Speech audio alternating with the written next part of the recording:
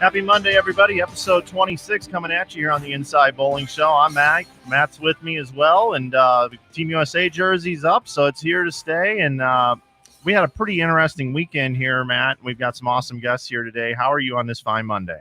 You know, Mike, I had the night to sleep on my thoughts for this year's Pba League Draft and our discussion with Brad and Kyle last night, and I'm still amazed.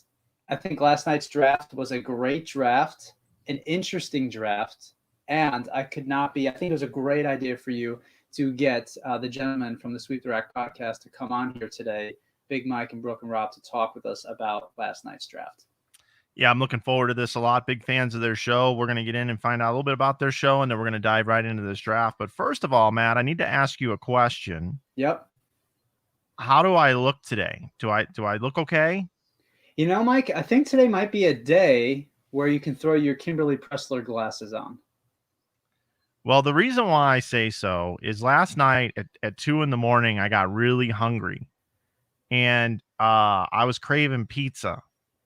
And there was only one pizza place open near my house at 2 a.m. last night, and 5 guys showed up to my house last night and delivered me a pizza.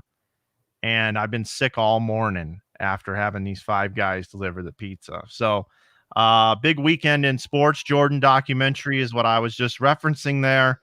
Also, NASCAR was back this weekend and live golf this weekend. So sports are coming back a little bit. And, of course, the Pba League Draft last night as well.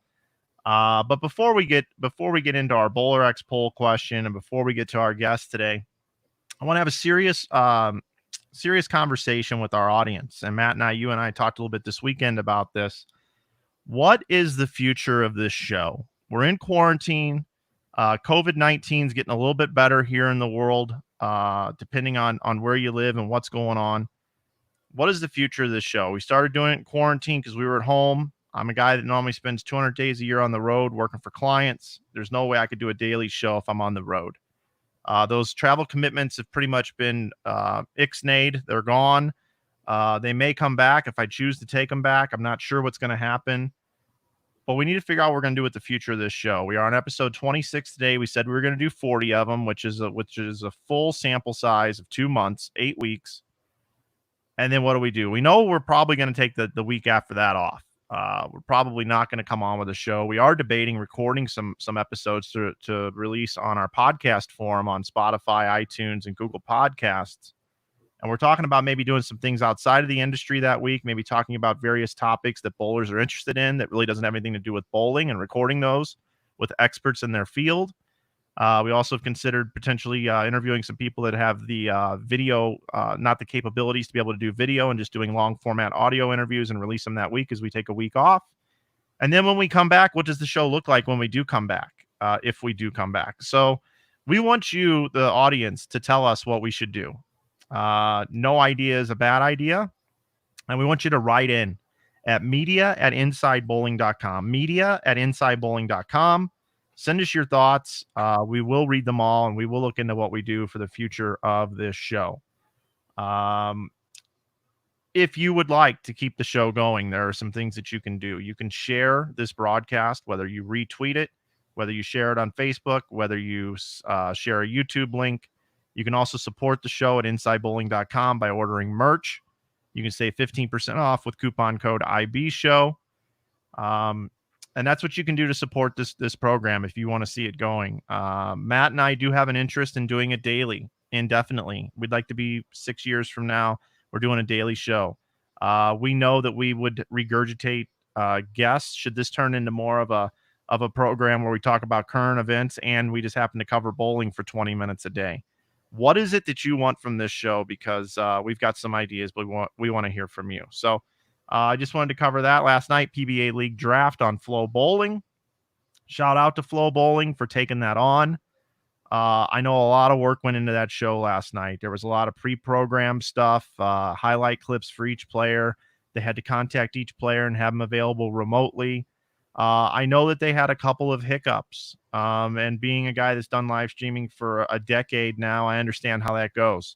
And typically in live streaming, it's audio is a bitch. Let's just face it, audio is an absolute bitch, especially when you have 50 to 60 moving parts and people unmuting themselves, muting themselves, whatever it may be. But overall, Flow Bowling, thanks for taking that on. I support Flow Bowling. We endorse Flow Bowling. And if you're a bowling fan, I know times are tough and there's 30 million people unemployed right now in the United States. Support Flow Bowling when you can. Get that subscription, as well as Bowl TV and any subscriptions that are out there, even 11thframe.com. Anybody that's doing something in bowling that are just trying to make a living and keep the thing going. Nobody's getting rich off this stuff, I can tell you that. So make sure you support Flow Bowling. Hats off to them, even with a few technical difficulties. But that's what happens when you're not the NFL and you don't have billions of dollars behind your production. So hats off to them. I know what that's like. I thought Bill O'Neill did an excellent job last night, being Lucas's counterpart, tag team partner. I thought it was funny that Bill had some sort of wisecrack for everybody, but that's what we learned to expect from Bill O'Neill. Matt, let's bring it back in. Let's go over Friday's poll question, the BowlerX poll question that we put out there, and it was, what would improve your bowling game the most? And the options were strikes, spares, understand oil patterns, understand equipment. More spares came in at 36%. That was your leader. More strikes was only at 20%. Coming in second was understanding oil patterns at 24%, and understanding equipment was 20%. So really all over the board there. I think people think all of those things would improve your bowling game the most. Matt, you agree? Yeah, I certainly think so. But I think it's interesting to see that a lot of people are interested in getting better at spares and becoming better spare shooters. So maybe in the future we use this data that we just received and connect with Coach Shady once again to maybe make some spare instructional videos for the people to be able to improve their spare systems. Yeah, I'm sure he's listening to that for sure, and we'll definitely be doing that. Remember, we do have another instructional video coming out this Wednesday on our YouTube channel, as well as on Facebook, Coach Shady, episode number 6 of how to get better at bowling. And bowling centers starting to open up, so we're looking forward to seeing people get out to the lanes and get better at bowling. What do we have for today's poll question, Matt? I think it's PBA League based here. What do you got?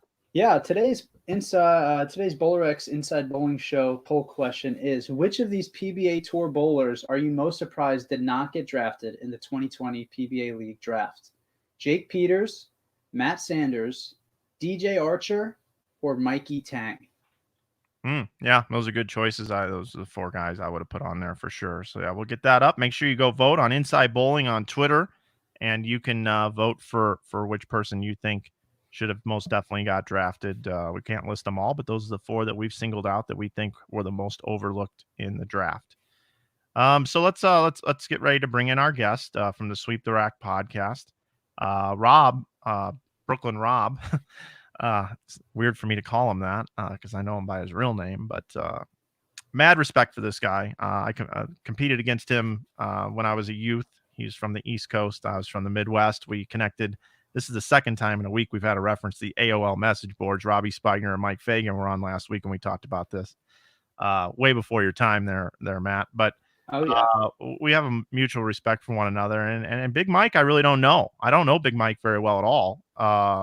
But after listening to Sweep the Rack since its inception a couple years ago, Big Mike runs the show over there. And you can tell he's from Pennsylvania. I love his demeanor and delivery. I feel like I'm like watching Uncut Gems or something like that. Right. Big Mike should be, a diamond dealer or something, but he's got bowling knowledge. Both of these guys do. And the other thing they have is a lot of charisma. and they've been able to bust through in the space in a way that that you and I could never do because we don't have the personalities that these guys do. And I hope they keep doing it for a long time. And we are very, very happy to have our friends from Sweep the Rack join us today here on the Inside Bowling Show. Welcome to the program, Big Mike and Rob. Fellas, what's good? How's it going, guys? It's going well. You guys are looking good today. Thank you. 2 months of quarantine, I mean, I'm surprised I still look this good, but you just don't lose it, Rob shaved for you guys. He hadn't shaved for me. He shaved for you guys. And I just tip well. So even though I'm in Jersey and we're under quarantine, I can still keep the fresh cut. So, I gave Rob that advice. I give everybody that listens to you guys advice, tip well, and people will take care of you. I like it. This show's going to go off the rails quick. I can just feel it already. I can just feel it already.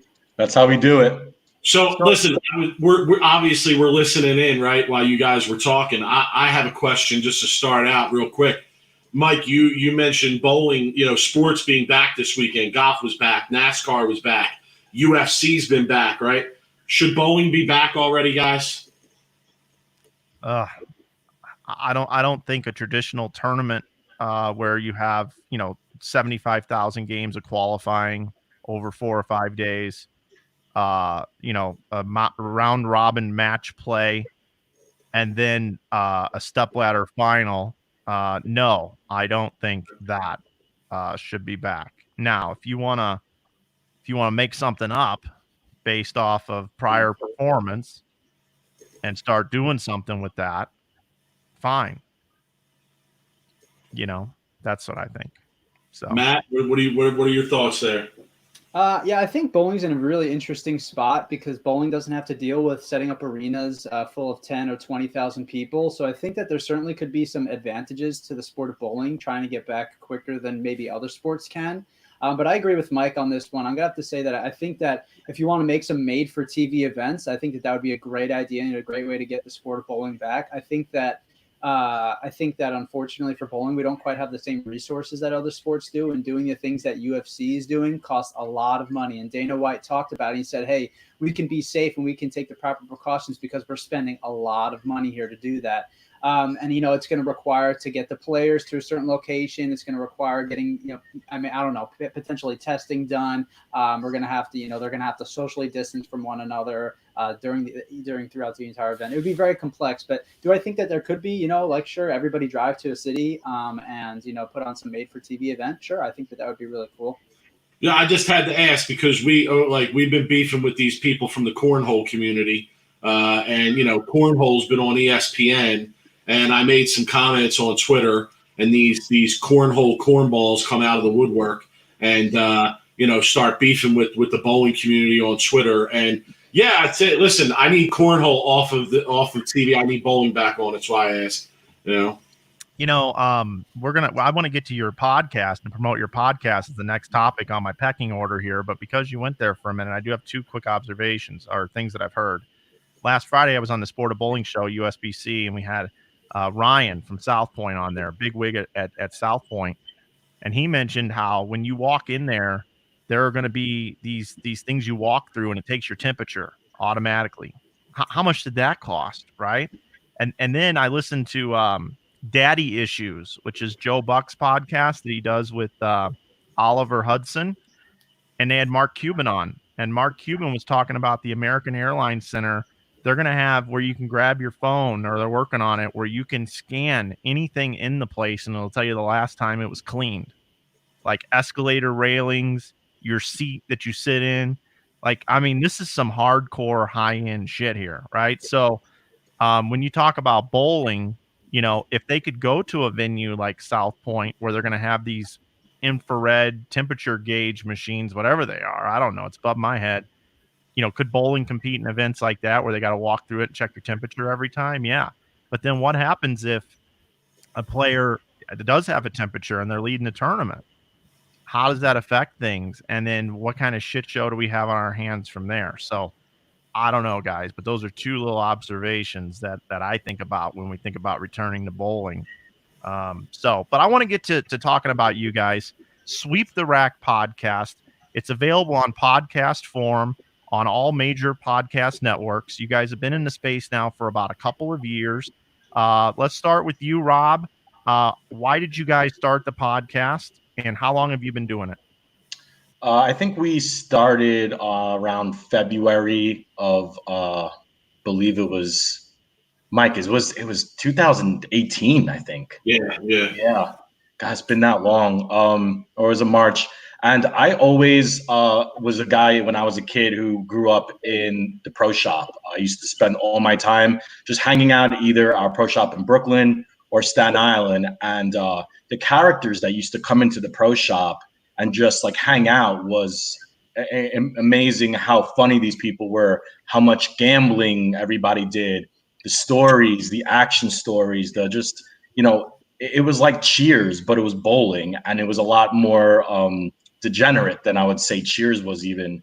And I always wanted to, bring those stories to people because I don't think a lot of people knew about any of the really fun stuff that happened behind the scenes, let alone the PBA or action bowling. And I always wanted to do it. And I one time was in Philly years ago. I'm talking maybe like over 5 years ago when I happened to be with Big Mike and Bill O'Neill, and we were just hanging out in Big Mike's basement, just chilling. And I brought it up, and Mike was like, "Yo, like I've been wanting to do something like that too."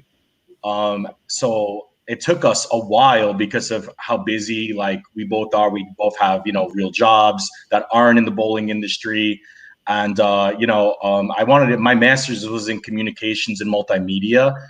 And I've always wanted to use my degree because I'm not using it right now. And I kind of put two and two together, and I'm like, yo, like a bowling podcast. Let me like try to relearn the software. And Mike, you know about like the multimedia part of it. It's ever changing, right? So once you like leave the game, and you have to come back, and it's just tough. And then social media, right? And then there's so many aspects to it. But anyway, so me and Mike one day with no experience doing any of this got onto a microphone each, and we just started talking bowling. And let alone like be it from our connections in the industry, from my past dealing with being a pro for a little bit, and being in the amateur game my whole life, the junior game my whole life. And Mike has connections. We learned really quickly that bowlers, especially the pro bowlers, wanted an outlet to talk about everything. And all we had to do was just get them on, and it was like fireworks. Like the pros would just talk about everything and loved it. And it was amazing to honestly like just give these pros outlets and see them go off. So that's kind of just a little bit of the background. Yeah, that's awesome. And it's, I love people that just say we're going to create something from a pile of sticks and just see what happens. So that's awesome. Mike, I don't know you as well as I know Rob. Okay. But I know that you run the show at Sweep the Rack. You're the anchor man here, so to speak. Tell the folks at home a little bit about your bowling background and your thoughts on your program. Yeah. So I grew up in the Philly area, and grew up in some, if Philadelphia didn't have all that many great bowling alleys, I'll say that. It's an awesome place, but the bowling scene in Philly was a bit rough. So when I got my license as a teenager, the guy who was coaching me at the time directed me to go out to a bowling center that was a little bit outside the city, about a 20-minute drive. And the name of that center was Levittown Lanes. And it just so happens that Bill O'Neill bowled there as a junior bowler. Joe Paluzik, Joey Pants bowled there as a junior bowler. There were numerous older guys around that bowling center that were very well-known and well-accomplished bowlers in their own right. They had a really good pro shop there with a great regional bowler named Vince Mazzani Jr., who at the time I think was like the leading title winner in the Eastern region. So I went up there and started practicing up there and struck up a friendship with Joe and Bill and a few other guys. And we would travel to junior tournaments together where we ran into characters like Rob and, other guys from the East Coast. I could give you a very long list of names that I'll spare right now. But yeah, just bowling high school, bowling on the East Coast junior scene. I bowled collegiately at St. Peter's College at St. Peter's University. Now it's a small Jesuit private university in Jersey. I kind of went there strictly for bowling. I was looking at places that I could go that weren't too far away from home, but had a good academic reputation. And I got my degree from there, started teaching. I'm a teacher currently with almost 20 years in. So that's where the gift of gab comes from. I mean, I don't know if any of you guys have any family members or anything that are teachers, but it's 80% having the gift of chopping it up and having the gift of gab, being able to keep teenagers entertained. And in this day and age, that's quite a challenge. So, yeah, I'm good at chopping it up, good at having a personality. And that's why we wanted to start the podcast. I'm a fan of bowling. We're good friends with Bill. Everybody knows that. We talk about it on the show all the time. He has given us a crazy level of access to the professional world of bowling, which is just super cool for us because, we're fans. We're fans of the game, but it's like if you grew up with Mike Trout in baseball or, you grew up with Peyton Manning playing football and now you can see the guy reach that level of success. So, we wanted to start it as fans and just bring a voice to it. We didn't think there was any great bowling coverage out there at the time. Fast forward a year and a half, though, I mean, it's a flooded market right now. There's a lot of different bowling media outlets going on. Listen, we love it. It's awesome. Like it's pushing us to up our game. We originally started with just audio on our podcast, as Rob had mentioned. I got to give a shout to Rob because he does all the technical everything on our show. If it wasn't for him, our show would not exist because I don't have any idea of the technical end. So I'm glad I bring the personality and the gift of gab to the show a little bit because if I didn't, then I wouldn't be bringing much. So we started out as just audio only. Matt O'Grady was our first guest. Shout to Matt. He's a local friend of mine. I bowled league with him, so we brought him on. And from there, things just snowballed. Bill was able to put us in touch with some people, and the PBA helped us out. Bill Vint from the PBA is one guy who's helped us tremendously get in touch with people. And like Rob said, the bowlers were more than willing to come on, and it kind of blossomed from there. We signed with Flow Bowling for a little while, like a couple months after we started the podcast. And, it just didn't work out. I mean, the Bolero bought the PBA, and they're associated with Flow. And listen, you guys know, and I'm not going to get into it here on your show, but there's a reputation there, right? And we knew that, and we discussed that on our show, and there was some pushback from that. And Rob and I just thought it was better if we went back on our own. Quite frankly, we don't give a shit if we get paid or not. We have jobs that pay well. We're not in this for the money. We're not in this for the sponsorships. We've never even sent out a sponsorship letter of any kind whatsoever yet. So it's just fun to us, man. We wanted somewhere to be able to talk about bowling in a real way for the fans. And listen, all due respect to everybody who's doing their thing right now, but the difference between them and us is that we're not in the industry. We're just fans. We're not insiders. We're gonna call things like we see it because of our fan perspective. So we're gonna keep it going, and we just switched to video not long ago because that seems to be the way that people are going right now. Rob's got a much prettier face than I do for that. I'd rather just be behind the microphone. But, listen, we have a great time. It's awesome. Some of the people we've gotten to interview and some of the shit we found out about them, like interviewing Norm Duke and finding out that he's a maintenance person for the apartments that he owns in Florida. I mean, that was just crazy. Great stories and awesome things from a fan perspective. There's so many times where we get done and I call Rob and I say, yo, how cool was that, man, to be able to interview that person and do that. Yeah, no, that's cool. And I saw Rob shaking his head on booking these guests. Rob, I'm going to give you an opportunity to stick up for yourself here. Bill's only reached out to maybe a couple of the guests, man. This is me. This is me, using my, either be it from my brother or be it from me having just some kind of, I think Mike doesn't give me enough credit when it comes to, reaching out to these guests. And so, I mean, a lot of the big guests was through me and my connections. So just throwing that out there, he gives Bill too much credit. Yeah, Rob's highly connected. I'll say Rob's highly connected. Right. That's something Rob and I have in common. We're wannabes. We both hung with these people for a period of time. It all stems from the message board, man. It does. It does. Well, guys, your podcast can be found on podcast form anywhere you find podcasts. Search Sweep the Rack. Where can people find the video form? YouTube. We definitely started a YouTube channel. Sweep the Rack. So we're trying to go through mostly through YouTube, and then we also, I connect that to Facebook. To our Facebook page is sweep the rack, that's kind of our outlets right now. We're on Twitter, Instagram, Facebook, iTunes, Spotify.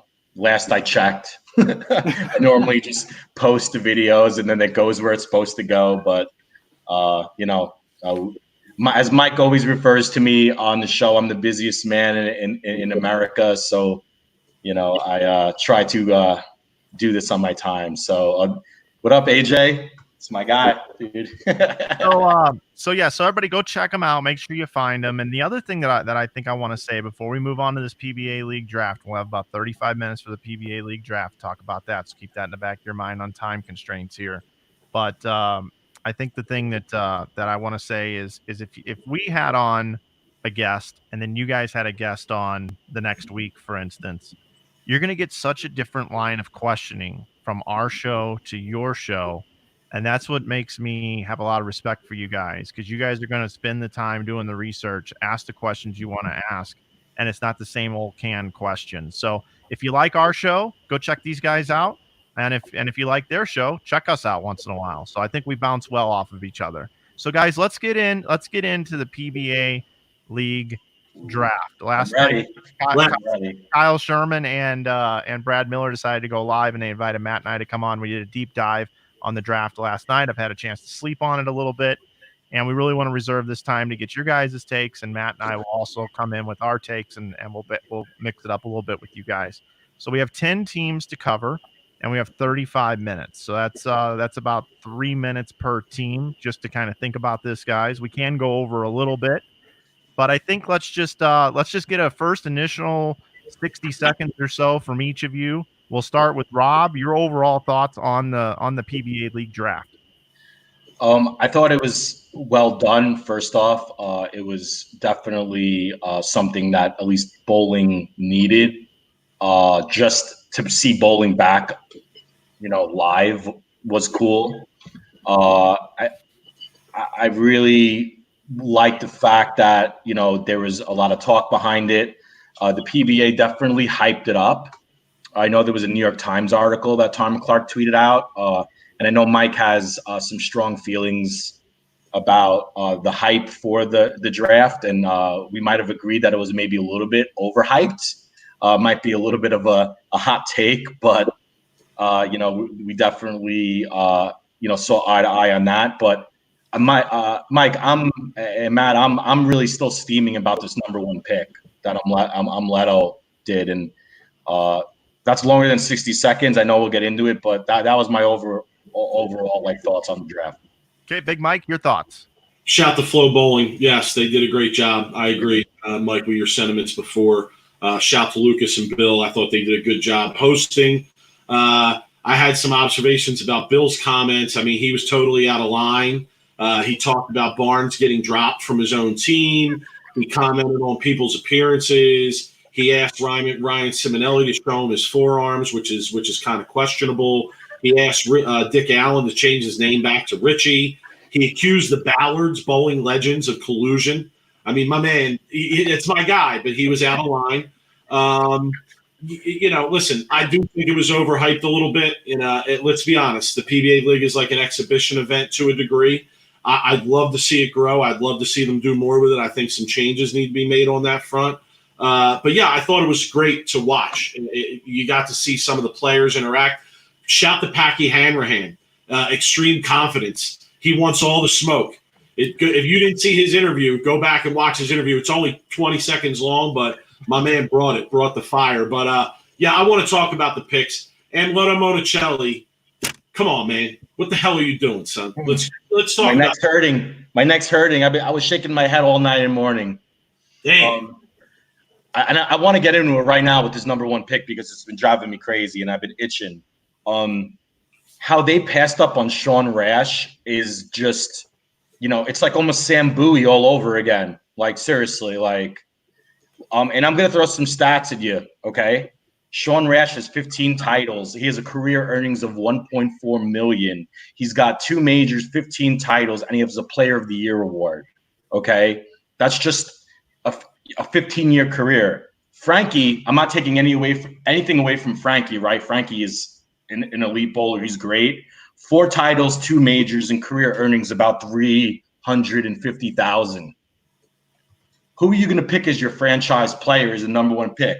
Sean Rash or Frankie? It's a no-brainer, and I don't know what Umletto's like, so that's all I'm going to say about that. I could go on and rant for another hour about it, but yeah, to me, listen, in a draft, what are you trying to do? You're trying to identify the guys who are going to be future Hall of Famers, right? If you sat down with any GM of a major sport and said, hey, this guy's going to be a future Hall of Famer and you can pick him, you're going to pick him, right? He could have started by picking his team with a future Hall of Famer, and he passed up on that. It's really in the prime of his career who waxed the place that you're going to bowl this event at. He also allowed Marshall Holman to pick up 2 Hall of Famers now on his lineup with Ryan Simonelli and Sean Rash. Honestly, they may be the best team in the league. An expansion team may be the best team in the league. And what it made me think about is that I think the expansion teams had a little bit too much advantage in this draft. I got a comment about one of your comments that just came about Rash is overrated and not being team material. I bowled against Rash for 3 years against Saginaw Valley State when he bowled with Wichita, and we bowled heads up against him numerous times. That kid is nothing but a team player. And in order to bowl for Wichita, you have to be a team player. Like, that's how they bowl. So that is completely really not true. So just throwing that out there, the kid knows how to play team bowling. So. Yeah. So listen, I think that the expansion teams are supposed to suck for a year or two. That's part of being an expansion team. You remember the Florida Marlins? Who was the best guy on the Florida Marlins the first year? You don't know. You know why? Because the guys suck. Because they were an expansion team. So that's kind of the way it's supposed to be. So to see an expansion team with Sean Rash, Ryan Simonelli, and wait. Dick Allen, the MVP of Bayside. They get Dick Allen too. Yeah, I mean, my goodness, I know. Listen, and Leto Monicelli may have handed Marshall Holman the title just through this draft. All right, strong thoughts there and good ones, good takes. You did your homework here, Big Mike, for today's show. That is for sure. Okay, so Matt, let's go to the view here where that's the view I was looking for. That's my man right there. Let's go team by team and let's break it down. Let's start from the bottom up because you guys have already talked a little bit about the new expansion teams. Let's go ahead and let's take a look at the defending champions, the Portland Lumberjacks. They had Tim Mack, obviously, as their team manager. Wes Malott, Kyle Troop, Chris Prather, unbelievable start. They fill it out with Martin Larson and Packy Hanrahan. Rob, what do you think about that team? I think it's a good team. I think it's going to depend on Wes Malott, really, because Wes Malott was an elite player. And if he could get back to what he's been, doing for years, I feel like that's a pretty strong team. That really, Martin Larson's very underrated as a pro, and he's a very, very good team player too. Nicest guy. So it's good to see Martin back. I know he was injured, was in an accident. So, it's a pretty good team. Kyle Troop, Chris Prather, solid guys. Give it a grade. What's your grade? See, you guys got to keep Rob moving. He'll talk all day about this shit. Rob, give it a grade. What's your grade? B-. That's where I graded them. I got Portland Lumberjacks as a B. I'm a little bit higher than that. I love the Packy Hanrahan pick. That's a great pick. That's a great pick, especially for Bayside. I'm not too keen on the Martin Larson pick. I don't know if I could pick a guy that trips over ball returns. So I can't. I got to go a little bit lower there. What do you guys got for a grade on them? Mike, come on, fire away. Yeah, I give them a B, but it's because of their draft position. They were kind of handcuffed there at the bottom of that with that double pick there. Packy was a great pick, and Martin, Timmy knows Martin very, very well. So, I give him a B. I give him a B down there as well. Matt, what do you think? Yeah, I'm going to have to agree. It's somewhere in this B plus type. I'm a big Packy Hanrahan fan, so, it makes me want to boost their grade a little bit more. And I think he's going to be really exciting to watch in the league. And I also think, like Mike said, their draft position, I don't see I'm looking at this here on my other monitor. I don't really see people that were drafted later that I would have said, okay, yeah, draft them before these 2 picks that they picked with Martin Larson and Packy Hanran. So I got to say, they did what they should have done. It was a standard draft for them, and they didn't make any wrong decisions. I think they did a good job. You could make a case for Osku in that spot instead of Martin, the way that he bowls. Nick Pate. And Pate, yeah. Yeah. He kind of fits the Houpe void, so to speak. But all right, let's get to LAX here. And I said last night on Brad and Kyle's stream that this is the most confusing team to me in PBA League history. They've got a bunch of folks that aren't from the United States yet. They've been red, white, and blue every year, so it's just confusing to me. But guys, what are your thoughts on the LAX team? The job that team manager Andrew Kane did. Well, we gotta tread on really eggshells here, because I know Stu is watching, and we gotta make sure. Means don't tread. Give it to him. Call a spade here. Big Mike's gonna come off the top ropes. I'm not worried about pissing Stu off. He's just gonna come back at me and ask me to leave a 6'10" when I bowl against him. I gave them a B, and that's just due to the fact where I wouldn't call it an A, just because I'm not the biggest Patrick Gerard fan. I kind of feel like if you would have drafted maybe a Jake Peters or a DJ Archer there, I feel like I know Mike doesn't like, he's not a big any of those guys that I just said, but yeah, B. I gave them a B. I like Anthony Levery's spar. He's been showing the last couple of years that he's able to play with the big boys. But yeah. A-.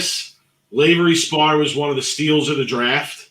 They were able to get him back on their team as I think is their last pick. He should have went way earlier than that. And in terms of Patrick Gerard, that was one of the picks I liked best. Patrick Gerard is that dude, especially in a team format. He brings fire. He's a guy I would want on my team. He throws it well. I like their draft. A-, one of the highest grades I gave. Yeah, and I gave them a B as well. Another, at the end of this round here, and then coming back and having the second pick in the last round, again, kind of handcuffed. But when is Jason Belmonte gonna step up and lead this team? It's about the only thing he hasn't won in bowling, right? So that team just confuses the living shit out of me. I said it last night. I say it again today. Matt, what do you think? Yeah, I agree. I think these teams here at the lower portion of this board that we've got up here were pretty standard in their drafting selections. I think once we get up to closer, I know we've harped on these expansion teams already, and I can't wait to get up to that part of the board here so we can start having some real interesting conversation. But I think these teams lower in the draft order really just made some pretty standard picks. I think Patrick Gerard may have been a little bit of a surprise to go that early, but I certainly think that Patrick Gerard is an elite player that belongs to be in the PBA League Draft. And I think he's a really great guy. He has great team chemistry with other people. You never really hear anybody say anything bad about the guy. And again, Anthony Lavery Spar, another elite player. He's been in the PBA League before. He's performed well. And like Brooklyn Rob said, he's really shown that he can really compete with the big dogs. So I think it was a pretty standard selection or two selections for LAX, and I'll give him another B. Okay. All right. Let's move on to the Dallas Strikers, arguably the best start and the team that would have been the hardest to screw up, so to speak. And I'll start with just something on this one. They take Brad Miller and bring him back. We know Norm loves Brad. They like to bring guys back. I think Brad's going to take a step forward this year, bowling with them a second year in a row. So I really agree with that pick, and not to put the cart before the horse here. But I was really surprised that the Kingpins didn't take Brad Miller to go with Kyle. But then what does Dallas look like with Darren Tang on it? Because Darren Tang would have been the next guy taken right there. I think those two picks right there were interesting as they were back to back there. And then Nick Pate, obviously, Norm has taken young guys that you really haven't barely heard of, like a BJ Moore in the past, some other guys, and now here he is with Nick Pate. Nick bowled 3 300s in one tournament on the PBA Tour, Team USA member now. He's also got himself looking really good. He's lost some weight.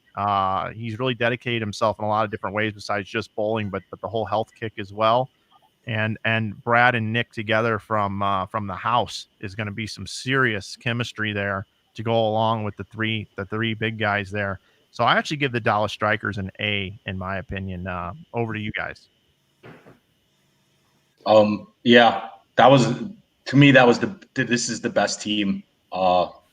And if I'm Nick Pate, I would be doing cartwheels wanting to bowl with Norm, Tommy, and Bill. You want to talk about some fun like banter going on in that team? I mean, between Bill and Tommy and Norm, I can't imagine how much fun these guys are going to have bowling also. Like, but think about learning from these guys too. Like this is those three. I mean, it's hard to mess up the next two, but Nick Pate has been just really, really good the last year. And Brad Miller, like you, Mike, I agree with you, has been coming up. So I give them an A. I think they're the strongest team. Yeah, A+. I think the other managers' mistakes led to them being able to get Brad Miller and Nick Pate. Nick Pate should have been off the board well before they drafted, I felt like. So yeah, A+. One of the stronger lineups for sure. Wouldn't be surprised to see them win. Yeah, and I agree. I said this last night on when we went live with Brad and Kyle. I said that I think the Dallas Strikers are going to be the team to win it all this year, and I agree. I give them an A+, however we want to put it. They're in the A category, and I'm honestly surprised, based off of the past year and a half or so, that Brad Miller went down as far as he did. I know he still was drafted relatively early, but I could have seen him certainly going above some of these players that were drafted before him. But again, I think that Brad Miller was a great draft pick, big Brad Miller fan, and I also think that Nick Pate, I think he was a little bit of an unknown as like, yeah, sure, he's a great player, but is anybody going to really take the chance on Nick Pate and put him on the squad? And I think that without a doubt, that was not a mistake to draft Nick Pate. I'm gonna give a hot take here myself, and I think maybe the biggest question mark on that entire team could be Norm Duke. Honestly, he could be the biggest question mark on this team based off of performance. Tommy Jones is as hot as he's ever been in his career heading into this break. Bill O'Neill, the past 2 years, look at his record. I mean, the guy's been absolutely on fire, and those two guys have actually, once they got it figured out, they've benefited from this Brunswick EBI merger buyout. They've really got the equipment figured out. And Brad Miller obviously taking the next step. Nick Pate on his way up as well. If this was a Beckett price guide and sports cards, they'd be on the hot list going up. And Norm Duke, hadn't been bowling all that well this year, unlike last year, his back-to-back wins. So that might be the one question mark on the team, which is not a question mark at all. So let's move on to the Silver Lake Adams Splitters, Mark Baker's team. He's always very creative with his picks. Matt, let's start with you on this team. Your thoughts on the Silver Lake Adams Splitters? Well, I got to say, I've said this a couple of times. I'm a little biased here with this draft, and I spoke before the show started with you guys and said that I'm friends with a lot of these young guns, a lot of these guys that are coming up. I bowled with part of the Team USA program. I bowled with in youth tournaments all around. So I think that picking Chris Vine and AJ Chapman were two stellar picks for the Silver Lake Adams Splitters. I would have to give them an A. I think that Chris Vine has put in the work, and he struggled for about a year and a half, and now he is – you talk about Tommy Jones being as hot as he's ever been. Chris Vi is on fire right now, and I think that this whole pause in bowling really was a bad break for Chris because he is just on fire right now. U.S. Open, World Series of Bowling. And I think Chap Daddy, that's a great pick. I think Chap Daddy has had a college experience, so he's got experience bowling with teams, and I think that he's a very versatile bowler. You called him a throwbot last night, Mike. His execution is very, very good, and to be able to learn from a guy like Barney and Baker and Doherty, I think that's going to be an unbelievable team this year. So an A. I don't know if I gave them an A rating, but an A for sure. Let's go Big Mike next on this team. Yeah, B+ for me. I like it. I'm not as strong on Chris Vi as Matt is. I need to see a longer stretch of success from him. I think that one pick might have been a little bit of a reach, especially when you already have a no thumb and a two-hander on that team. It didn't really make a lot of sense to me, but I know him and Mark Baker have a little bit of a background, so there's that there. Love the AJ Chapman pick. Can't even believe he was around that long for them to scoop him on the back end. So definitely makes a difference there. But B+ for me. Rob, what do you think? I like them as an A-. I like them as being one of the top like teams, but a little bit below the strikers. And I'm a big Chris Barnes and Svensson fan. Chapman, I love his game. I kind of feel like Doherty and Via definitely, if they could get it together and put it all together, they'll be in contention. I like them as a team A-. And you got Baker, who's, one of the world's, if not the best coach in the world when it comes to just fixing a physical game in a matter of 30 seconds. So you have that wild card too. Yeah, I like their team a lot. I give them a B+. Vi was a bit of a stretch with Tang and Miller still on the board. I can understand that, but Coach Bakes, he knows what he wants, and he's also a guy that's put Dick Allen anchor and gone on to win the league in the past. So he's got something in his mind that's going to work. He's kind of the mad scientist, the evil genius. I would call him the Belichick of the PBA League, so to speak. He likes to cheat, huh? Yeah. And don't forget the fact that Bakes has got experience coaching Vi on Team USA, so I think that played a role in it as well. Having experience coaching certain players, I think, can definitely play a role too. Guys, we got a lot of Kingpins fans here in the chat because the chat's absolutely right. I did skip over the Kingpins, and it's because I had the Darren Tang reference earlier, and I saw that. So anyway, back to the Kingpins now, who we skipped over. Let's start with you, Rob. Your thoughts on Carolyn Doran-Ballard, team manager's job here with the Kingpins? I'm not a big fan of the Kingpins. I gave them a C+.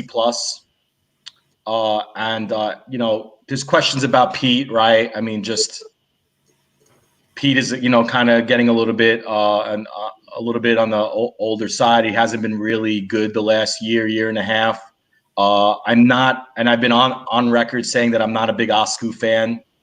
I've always, me and Mike did a skit on Sweep the Rack about, I think, the most overrated player in the game, and Osku is my pick. I think Marshall Ken has struggled on TV a little bit too. So there's a lot to be said on this team. Big Mike. Yeah, B for me. I like the Darren Tang pick. I don't mind Oscar Palermo here. I think he's had a little bit of a resurgence over the last year or so. So I don't mind that pick. But my observation here, I just watch things a little bit of a different way, is that Oscar was just chilling at 3 a.m. He comes into to get interviewed, and it's 3 a.m. and he's just chilling.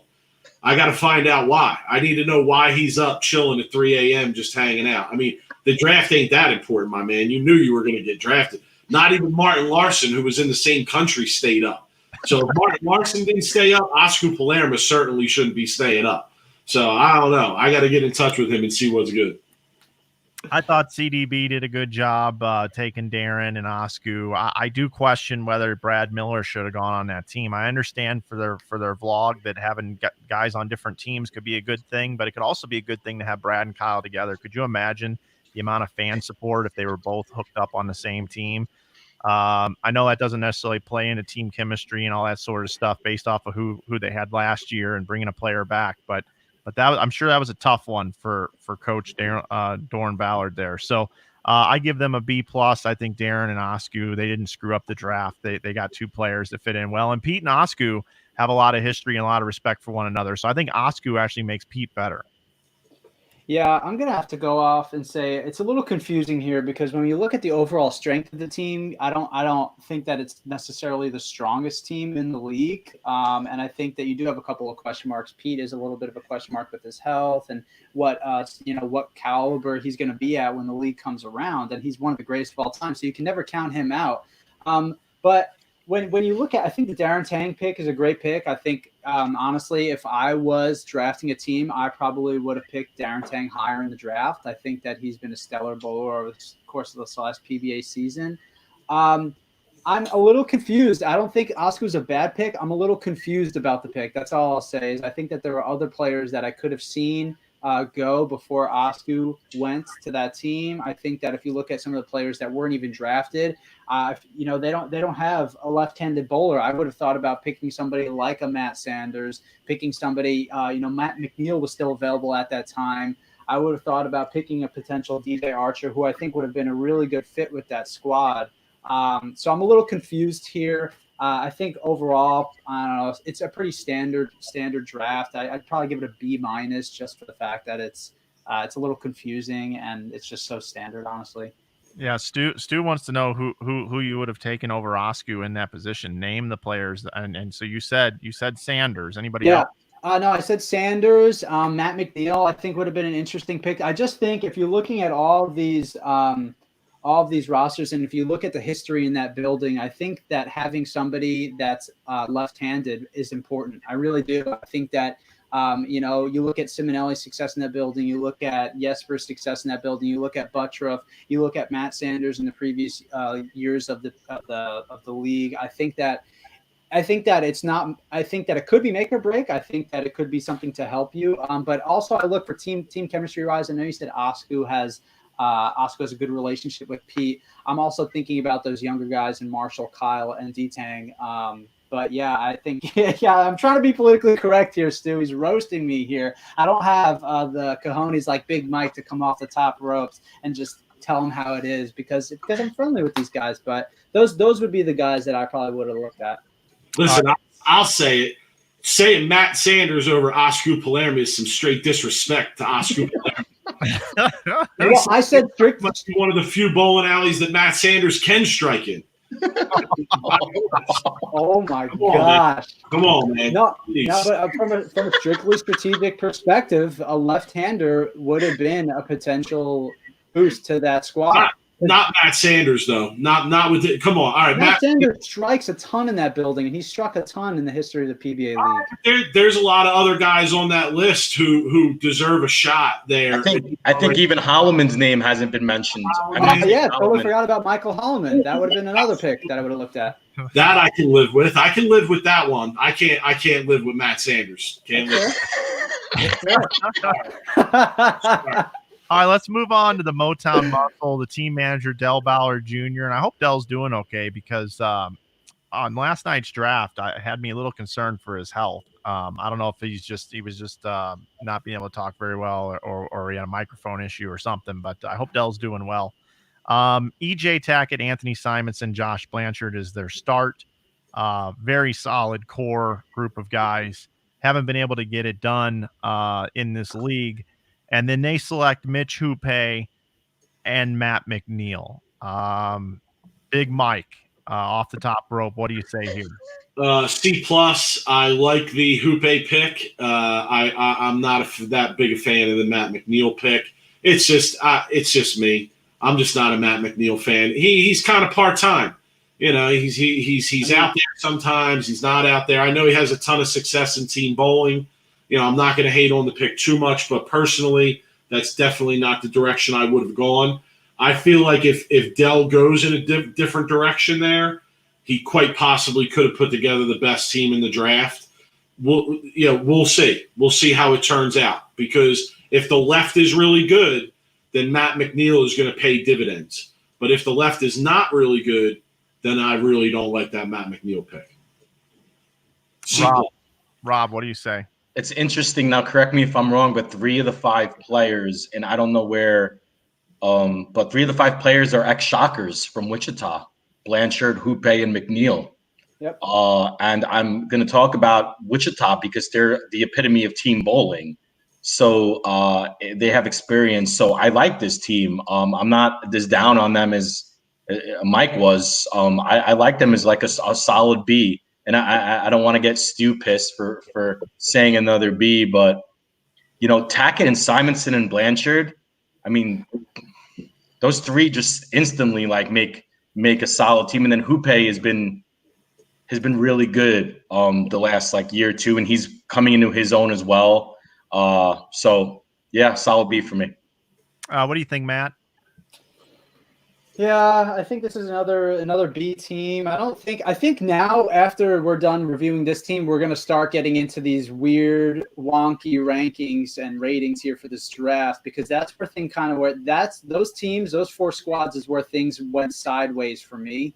And so yeah, this was standard. I love the Houpe pick. I think maybe he went a little early. I think the Matt McNeil pick is, I think that's a fine pick. I think that he was a good pick, especially if you're looking for a left-hander. So, yeah, I think it was fine. I think they did an okay job. B. Coming down this list here, if I look at the guys drafted after Mitch Houpe, Chris Fye, Darren Tang, Brad Miller, Gerard Larson, okay, Lavery Spar, Hanrahan, maybe even in there. But when I look at who Del Ballard passed on, with Vi, Tang, and Miller, which I thought would have been better picks here. And I love me some Mitch Houpe, don't get me wrong. And he just came out of the winner's circle last year. I get it. But I think that was a stretch. So, after that pick, I got Del Ballard at a D on the overall draft. But then when he comes back with Matt McNeil on the backside here, there's the Storm affiliation there. There's if Matt was out on tour full time, he's a top 20 player probably. What's left at that point? What's left on the board? I mean, is Matt Ogle, Thomas Larson, Zeke Bate, Ildemaro Ruiz, Richard Teese, Chris Sloan, and then the DJ Archer and all these other guys? Are you gonna strike lightning in a bottle with those guys? I don't know. I think you can strike lightning in a bottle potentially with McNeil if he gets it going. So I gave him a D after that first pick, and then I give him a B plus after that. So he lands there somewhere around a C plus to a B on that one. It'll be interesting to see what happens. But this team has underperformed in the past, and maybe this mix here and this switch up, Dell knows something that we all don't know. So C plus for me. Mike, you mentioned guys that got drafted after. What about some guys that didn't get drafted? Matt McNeil over Zach Wilkins? I mean, Zach Wilkins had a hell of a season. He's been a factor in several tournaments. Matt McNeil over DJ Archer? Dude, but Matt McNeil has a better overall resume than Wilkins does. Well, at least listen, recent events, not even close, Rob. It ain't even close. I disagree. I'm just saying you could also take a look at the guys that weren't drafted, For sure. And why don't we start moving on here to these 4 questionable teams, which I think we're going to have more talk regarding rankings and ratings of how they did in the draft and overall team. Brooklyn Rob, let's throw it over to you to go through this Brooklyn Styles team. Ooh. Ooh. I'm like in the C minus to like D, like for the Brooklyn Styles. Walter Ray, Brad Angelo, Rhino, BJ Moore, Thomas Larson. I feel like the BJ Moore and Thomas Larson ultimately could carry this team. And then look, like Walter Ray's the GOAT, and it's one of those things where, is he going to be able to be the old Walter Ray, right? Is he going to be able to strike with this, if the scores are high, right? If there's a grind and it's U.S. Open, I'll take Walter Ray all day. But if you're putting on a strike shoes, Walter is not, not going to average a 240 or 250. You know what I'm talking about. But Brad Angelo is definitely a wild card here. Hasn't been really making any like TV appearances. You haven't really seen his name a lot on TV. So, and then Rhino's great. He's solid. You need a good lefty. And to me, he's probably, besides Simonelli, Rhino was like the one of the best lefties on tour. So, there's a lot to be said on this team. This team points out to me the discrepancy between the expansion teams and some of the teams that had to stick with their players. When you look at expansion teams with Sean Rash, Ryan Simonelli, and Dick Allen, and a team who had the 4th pick or second pick, really, if there weren't expansion teams, has Walter Ray, Brad Angelo, and Rhino Page, there's a big difference there. I love Johnny Petraglia. He's like a legend, and I grew up in the area where he lives. He was a Vietnam vet. My dad was a Vietnam vet, and I got all the respect in the world for my man. But yeah, I don't know. He was in a tough spot going into the draft, and I don't think they did enough to improve much. So, out of respect for him, though, I'm going to say C. Yeah, I mean they are off to a bit of the uphill battle here out of the gate. But I bowled La Raza with Walter Ray, and that dude dominated everybody. And Kyle Sherman was there, AJ Johnson was there. I know it's a different environment. It's not PBA, it's freaking La Raza. But I'd like to see Walter step up here. These guys have nothing to lose. They have absolutely nothing to lose. I like Angelo and Larson. Those two guys will probably have some sort of computer mechanism machine tied into where they know everything about each other and every lane move possible. And, BJ Moore's got a real opportunity here to step up and become a major player on television. They might throw him down the 5-hole. And Rhino's a little part-time recently, so that's a bit of a concern. But Rhino Page has thrown it for the wheat for the University of Kansas when he didn't have the greatest cast of characters with him before and has gone on to win a national championship. So I got to give them like a C+, I guess, because you did have some pretty strong talent there coming down the line. Maybe Tang or somebody like that would have been a better pick than BJ Moore, but you can't really argue with it. So that's what I give it. Matt, you want to chime in real quick on this one? Yeah, I have to agree. I think a C+. Mike said that the LAX was the most confusing team to him in the league because of their jersey colors for some absurd reason that plays such a big role for Mike. But I'm going to go ahead and say that this is my most confusing team in the league. I know that a couple of these guys are buddies. So many different styles on the team. You got BJ Moore who can hook it. You've got Walter who does the opposite. You've got Brad that's kind of like an in-between, real good shot maker. Thomas is like an upper version of Brad. It's just, and Rhino's on the left. It's just a really strange team to me. So I'm just kind of, and I think maybe BJ went a little bit high in terms of like relative to performance recently. So I'm going to go a little C here. And let's not forget they kicked Sean Rash to the curb and threw him back into the draft pool. So interesting. All right. Well, Rash says he left on his own terms, so that there's a lot of gray area there. So yeah, BJ Moore's value is greatly increased because this is at Bayside, and everyone wants to hear the Bayside crowd chant more BJ. Yeah, true. His value is drastically increased in this draft just because of that. That's true. I do agree with that, and he'll have plenty of airtime and more shots to throw. So Philadelphia, Jason Couch has Dom Barrett, Tom Smallwood, Sean Maldonado. Kind of not three guys that throw it the same, kind of weird coming out of the gate, but three strong players and the points and overall resumes. Then he absolutely shocked the world, in my opinion.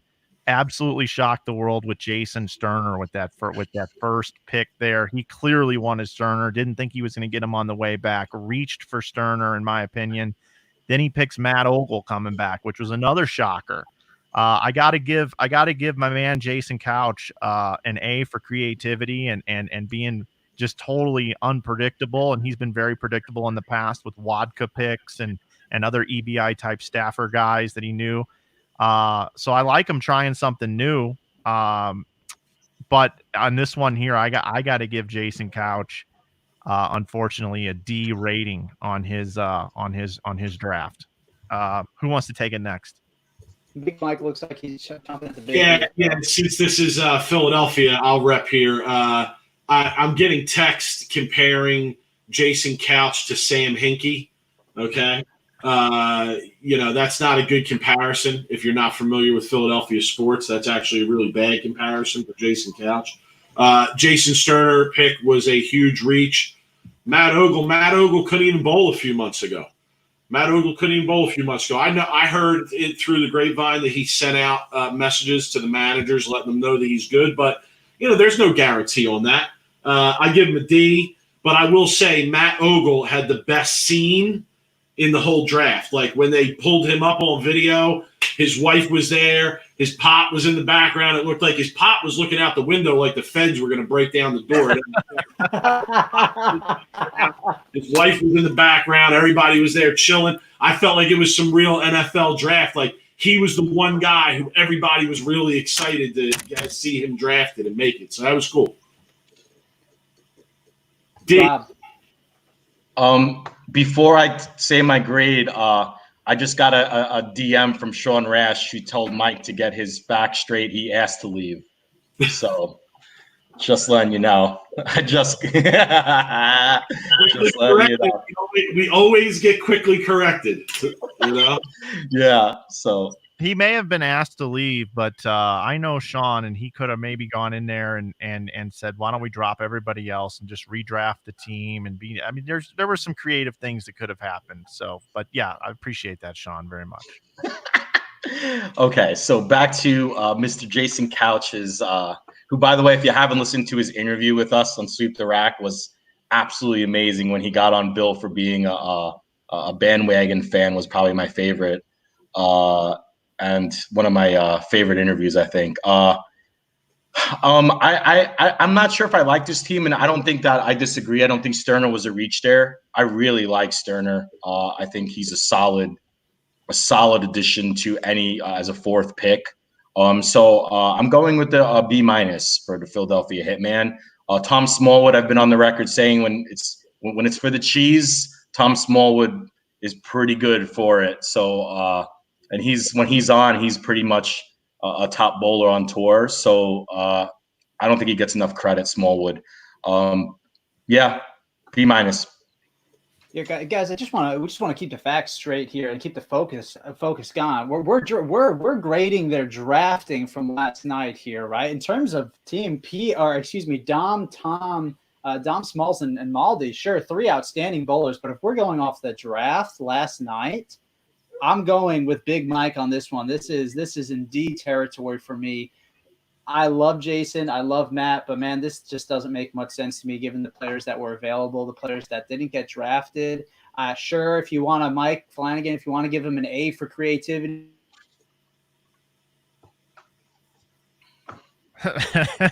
Matt was about to pay me a compliment, and now he gone. Is that how it goes around here? But no, I drafted Jason Sterner in our mock draft on the Beef and Barnsey show, and I reached for him a little bit, but I agree. At that spot, it's a big reach. All right, so let's move on while Matt tries to rejoin here. Let's go with the Bruce City ballers here, guys. Marshall Holman. Easy. This is easy, right? A is in thank you and Leto. Yes. So we all agree that Rash, Simonelli, and Allen were tremendous, right? Crazy. So let's just break down Sloan and Bate. Like, were you guys surprised that those two were picked? Bate, yeah. Sloan, no, I like Chris Sloan as a pick. I think he's a fiery guy, could bring some real fire to that team. But Zeke Bate, yeah, I even wrote down, like, I think Marshall goofed it a little bit with the last pick. Yeah, a lot of talent on the board there. Yeah. Yeah, Rob, what do you think? I think that they were definitely the benefactors of Leto. I don't know, doing his best New York Jets drafting impression. And yeah, the truth of the matter is like you're starting a team from scratch, and for them to be where they are, they're in a good spot. So, I kind of maybe feel like there was something more there for those last 2 picks than we know. And I kind of feel like maybe there were some relationships and some politics, I should say, because I feel like some of these managers, there's politics going on behind the scenes that we don't know about and nobody wants to talk about. But you know us, I love talking about stuff like that. So you got a lot of wiggle room when you have Sean Rash, Ryan Simonelli, and Dick Allen. Yeah, Dick Allen. Now let's talk about that real quick. That's another thing. I mean, we talked about it a little bit, but Leto passing on Dick Allen. You see, if I was Leto, I would have picked AJ and I would have picked Dick Allen there, and I would have probably not picked Andrew Anderson. To me, that would have been the smart play. So, I mean, it's clear that the next grade is going to be an F, right? Big. Well, AJ maybe makes it a higher grade because AJ was a good pick, but not for me. What do you mean, not for you? Not for me. F. F. I had to put the official teacher marking on there, son. F. Wow. Yeah, I mean, I like the Zeke Bate pick. I went on the record on my show when Matt asked me who's a super sleeper here. You know, Zeke Bate and Dick Allen bowled tremendous together in the double show. Zeke really performed well. And he's performed in a lot of people doing beatboxing and dancing and things like that, which is way more difficult to do, in my opinion, from a self-esteem level than bowl on ESPN or Fox and bowl with guys that you know in a raucous environment, right? Everybody's silent and he's beatboxing in an arena with 3,000-4,000 people in there. So he's got the demeanor for it. And him and Dick Allen being boys, I actually really like that pick there. I think Sloan and Wilkins are two guys kind of similar in the draft pool. They could be lightning in a bottle. Wilkins didn't get picked, of course, but Sloan is a damn good bowler. So I really like this team a lot. Matt's back. Welcome back, Matt. There's one thing that are we going to get to Leto's team? Because there's something else I'm itching about that he did. I told you it's easy. We're done. Well, can we talk about the Eldemaro Ruiz pick? Because honestly, like I just did some stats behind the scenes, and I don't want to be a Phil Barillo here if you saw that mock draft, and basing everything off of stats. But even like if you compare like Holloman with Ruiz, Holloman has literally 29 events at about 40,000 career earnings. Ruiz has 111 events with 78,000 in career earnings. Ruiz has been bowling PBAs for 10 years and has 78,000 in earnings. And someone like Holloman has 40,000 in earnings, has been on the tour for a year and a half. How do you make that pick there? I could have named 10 bowlers that could have been a better pick than Ruiz at that spot. F. I can't argue with it. Yeah, I think Amleto Monticelli does get an F in this draft. I agree. Yeah. Well, legend. No disrespect, but just because you're a legend doesn't make you a good GM. Yeah, and real quick, first off, I apologize for all my stuff falling apart here, but I wanna agree. I think that after he made the first three picks of Francois, Andrew Anderson, and AJ Johnson, I was gassed up and excited, and I was like, "This is my team. This is the team that I'm gonna pick to win it all." And then came off the top ropes with these last two picks that I'm just so confused about. And I think that I don't think, Big Mike, I got to say, I don't think that there's an advantage for these expansion teams. If you look at all these protected players, all these players that they couldn't have any chance of getting, I don't think that there's an advantage there. For someone like Marshall Holman, I think Marshall Holman benefited greatly off of some of the picks that were made by Amleto. And I think that this Las Vegas High Rollers team, I think that's the most disappointing drafts for me. Okay, guys. Last thing I want to do, go around the room because we are running out of time here. Who do you think is going to be in the finals, and who do you think is going to win this league? Whoever wants to take it first. I'll go first. It's going to be Dallas Strikers is going to be playing the Silver Lake Adams Splitters, and I like this going into a tough one. It could even go to like some kind of OT rules or something, like one ball, like roll off. Hopefully, let's all hope for that because the entertainment value would be incredible. And I'm going to take the Dallas Strikers. I kind of feel like their team is just too solid. I'll take Dallas Strikers and the new Brew City Brawlers. I'll take those two teams. But listen, it's so hard to say because the qualifying for this event is literally the shortest and quickest qualifying in the history of the PBA. I'm sure most of us have been there to watch it at some point. It's extremely quick, and that has a lot to do with who bowls who. But yeah, I'll take those two teams as the best two teams, and I'll take Brew City over Dallas. Actually, I think Amleto kind of handed the league over to Marshall Holman here with this draft. Matt, what do you think? I think I'm sticking with what I said last night. I think that the Dallas Strikers are going to be victorious in the PBA League this year. I think that if you're looking at the other teams, I think the Brew City is a great team. I think that Silver Lake Adams Splitters could have a chance, but I ultimately think that the Dallas Strikers are going to come out on top. Yeah, and I got the Bruce City Ballers over the New York City Kingpins. So that's my take. That's my hot take as well. I really like the job Marshall Holman did last night. Hey, fellas, thanks. We really appreciate you guys coming on the show and kicking it with us. I know we had a lot of B grades in there and maybe not as much controversy as some people like Stu Williams wanted to have here on this show. But people can listen to the hot takes you guys do over on your own show, Sweep the Rack podcast. Any closing comments from you guys? We'll start with you, Big Mike. I think that the winning team needs to stick together and defend their title. You know, I know Tom Clark checks all these shows out. Come on, man. Get it done. Change the rule. The winning team needs to be able to keep their lineup if they want to keep their lineup. It's stupid. What other sport do you see the winning team doesn't come back? At least, you know, with all their key pieces and defend. There's only 5 guys on a team here. You know, so that's my closing comment. Get that done. And if this is going to be a bigger part of the PBA, let's make some changes to make it better. Rob?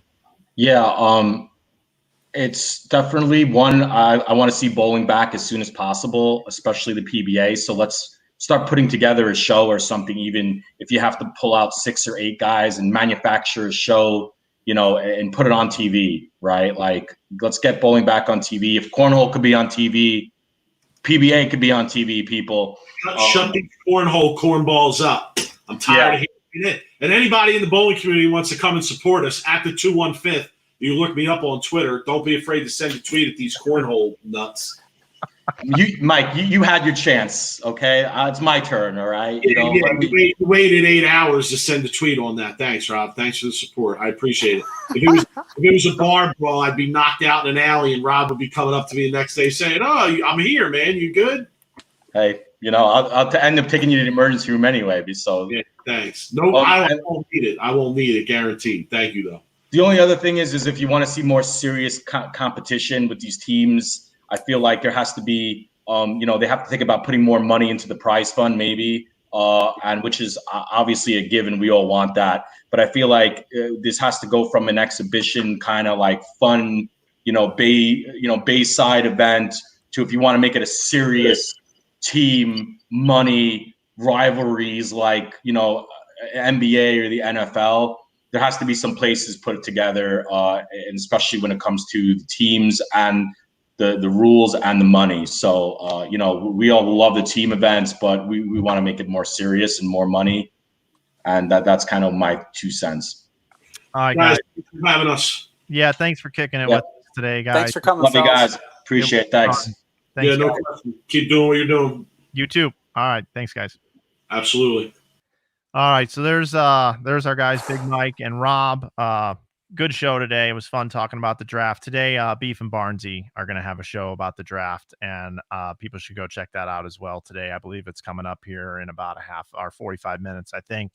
You can check their times at Beef and Barnesy on YouTube and on Facebook. Thanks to everybody that participated in today's show. Matt, any closing comments for you today? No, just a great show again with the guys from Sweep the Red Podcast. We appreciate everybody. And tomorrow, Mike, got another great show on tap. We've got Guppy and Kyle Troop coming on tomorrow. So make sure you guys come on in, have some fun with us, 1 p.m. Eastern as always. And we appreciate everybody coming out for this one. Yep, it was a good show. We had a lot to get to today. I want to thank everybody for participating and giving their hot takes as well. Thanks to Big Mike and Brooklyn Rob for coming on the show. Check out the Sweep the Rack podcast. It's a good one. You can find it where you find podcasts everywhere, and find them on Facebook and YouTube at Sweep the Rack. Make sure you go follow them and support bowling. For Matt, I'm Mike. Thanks for joining us today. We'll see you tomorrow, episode number 27 with Guppy and Kyle Troop. Have a good day, everybody.